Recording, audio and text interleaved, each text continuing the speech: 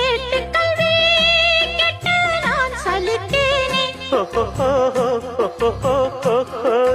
தூக்கம் கெட்டு கெட்டு துடிக்கும் முல்லை மொட்டு தேக்கு மர தேகம் தொட்டு தேடி வந்து தாளம் தட்டு.